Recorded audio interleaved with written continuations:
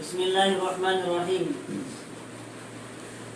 یہ کتاب ہے فوائد مکیہ اور اس میں تیسری فصل ہے صفات کے بیان میں، کیونکہ تعلیم التجوید کے شروع میں پڑھا تھا تجوید نام ہے ہر حرف کو اس کے مخرج سے تمام صفات کے ساتھ ادا کرنا۔ تو تمہارے سامنے سب 29 حروف کے مخرج آ گئے، کون سا لفظ کہاں سے نکلتا ہے، حرفوں کی صفات کیا ہے، صفات صرف رہ گئی تھی اور صفات کا بیان ہی اس کتاب میں مین ہے اور صفات کا بیان یہ آج اس میں ہے۔ دیکھو تیسری فصل صفات کے بیان میں فوائد مکیہ والے کہتے ہیں، صاحب فوائد مکیہ، جہر کے معنی شدت اور زور سے پڑھنے کے ہیں، اس کی ضد ہم سے یعنی نرمی کے ساتھ پڑھنا۔ پہلے تو آپ کی دیکھ لیں، صفات صفت کی جمع ہے۔ صفت کی تعریف یہ مخرج سے ادا ہوتے وقت لفظ حرف کی آواز میں جو کیفیت یا حالت پیدا ہوتی ہے اس کو صفت کہتے ہیں، جیسے کسی حرف کو بلندی کے ساتھ پڑھنا، پستی کے ساتھ پڑھنا، سختی کے ساتھ پڑھنا، نرمی کے ساتھ پڑھنا، پور پڑھنا، باریک پڑھنا وغیرہ وغیرہ۔ اب اس میں ایک فرق تمہیں سمجھنا ہے کہ مخرج اور صفت میں کیا فرق ہے۔ دیکھو ایک مخرج ہوتا ہے اور ایک صفت ہوتی ہے۔ مخرج اور صفت میں فرق ایک مثال سے سمجھانا ہے آپ کو، مثال سے بالکل آسان سمجھ میں آ جائے گا۔ مثال یہ ہے، آپ کی سمجھیے، ہمارے استاد مکرم نے ہی یہ مثال دی اور میں نے اس پر حاشیے پر لکھ رکھی بھی ہے۔ دیکھو مثال یہ سمجھ لو کہ ایک بوتل کے اندر پانی ہے مثلا، اور اس سے پانی نکل رہا ہے، تو بوتل سے مطلقاً پانی کا نکلنا، چاہے وہ کسی بھی حیت پر نکل رہا ہو، یہ تو مخرج۔ بوتل سے پانی مطلقاً نکل رہا ہے، چاہے وہ آہستہ نکل رہا ہے، تیز نکل رہا ہے، تو یہ نکلنا، یہ تو سمجھو کہ ایک مخرج کی حیثیت ہے کہ اس سے نکل رہا ہے پانی، سمجھ گئے؟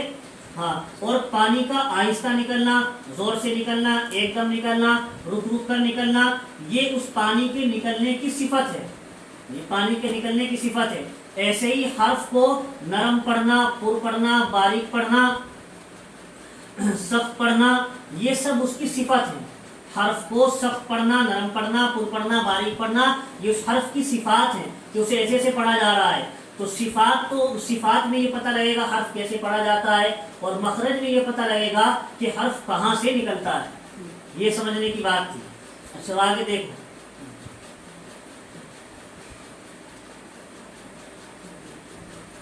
شدت اس میں آیا۔ شدت یہاں سختی کے معنی میں نہیں بلکہ قوت کے معنی میں۔ اگر شدت کے معنی سختی ہی کے ہوں تو پھر جہر اور شدت دونوں صفتیں ایک ہی ہو جائیں گی۔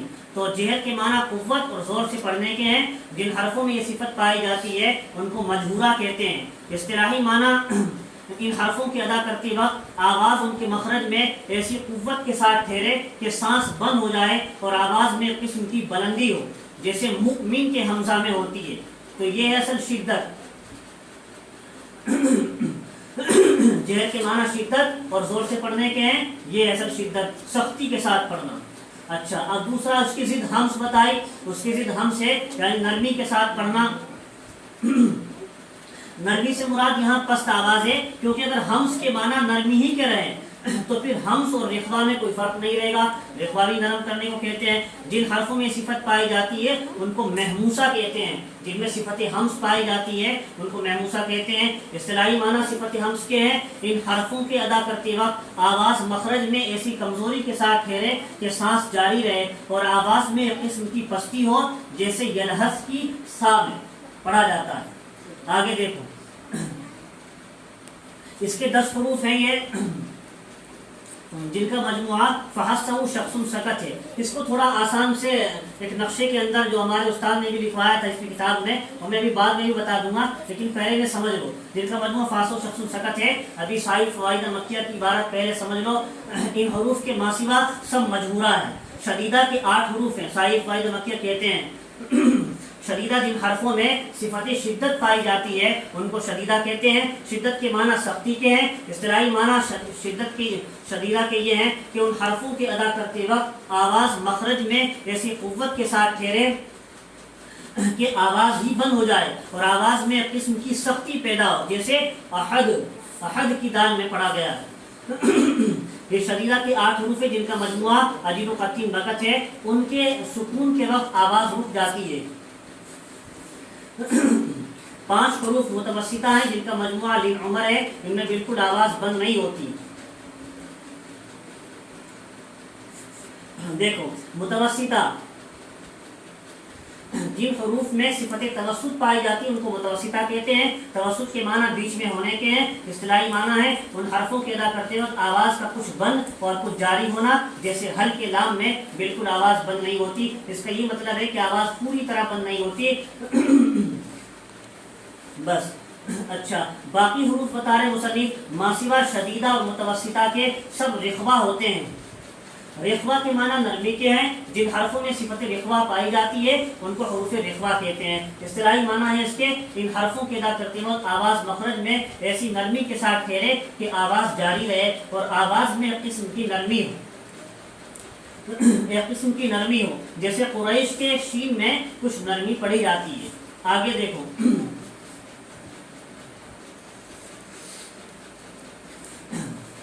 اچھا بتایا مصنف سب رخوہ ان کی آواز جاری ہو سکتی ہے۔ خصوصا ضغط القز، یہ حروف متصف ہیں ساتھ استعلا کے، یعنی ان کے ادا کرتے وقت اکثر ایسا زبان کا تعلق کی طرف بلند ہو جاتا ہے۔ ان کے ماسوا سب حروف استفال کے ساتھ متصف ہیں، ان کے ادا کرتے وقت اکثر ایسا زبان کا بلند نہ ہوگا۔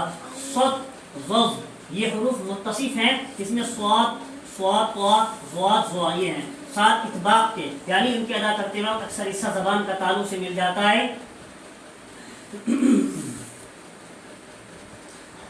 اور ان 4 حرفوں کے سوا باقی حروف انفتاح سے متصف ہیں، یعنی ان کے ادا کرتے وقت اکثر زبان تاروں سے ملتی نہیں ہے۔ یہ صفات جو ذکر کی گئی متضادہ ہیں، جن مصنف کہہ رہے ہیں جہد کی ضد حمز ہے، اور رخوہ کی ضد شدت ہے، اور استعلاء کی ضد استفال ہے، اطباق کی ضد انفتاح ہے، تو ہر حرف 4 صفتوں کے ساتھ ضرور متصف ہوگا۔ باقی صفات کی کوئی ضد نہیں ہے، کچھ صفات غیر متضادہ بھی ہیں۔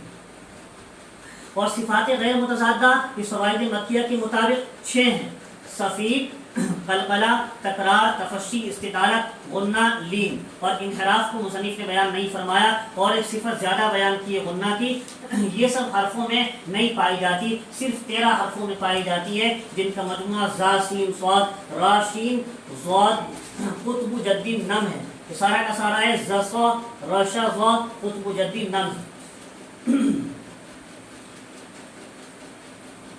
اچھا، اب آگے مصنف کہہ رہا ہے قلقلہ کے 5 حروف ہیں جن کا مجموعہ قطب جدید ہے، مگر قاف میں قلقلہ واجب، باقی 4 حروف میں جائز ہے۔ قلقلہ کے معنی ہے مخرج میں لفظ کو جنبش دینا سختی کے ساتھ، را میں صفت تکرار کی ہے مگر اس سے جہاں تک ممکن ہو احتراز کرنا چاہیے، شین میں صفت تفشی ہے، منہ میں صوت آواز پھیلتی ہے، صوت کے معنی آواز کے ہیں، ضاد میں صفت استطالہ ہے، اور صاد زا سین حروف صفیرہ کہلاتے ہیں۔ نون میم میں ایک صفت یہ بھی ہے کہ ناک میں آواز جاتی ہے، اور کسی حرف میں یہ صفت نہیں ہے۔ پہلے مصنف کی بات پوری دیکھ لو۔ اور ان صفات متضادہ سے 4 صفتیں یعنی جہر، شدت، استعلاء، اطباق قویہ ہیں، باقی ضعیف ہیں، اور صفات غیر متضادہ یہ سب قویہ ہوتی ہیں۔ تو ہر حرف میں جتنی صفتیں قوت کی ہوں گی اتنا ہی حرف بھی قوی ہوگا، اور جتنی صفتیں ضعف کی ہوں گی اتنا ہی حرف بھی ضعیف ہی ہوگا۔ بس یہاں تک یہ صفات کا بیان پورا ہو گیا ہے، لیکن اس میں جو بعد میں بات آئی ہے یہ کہ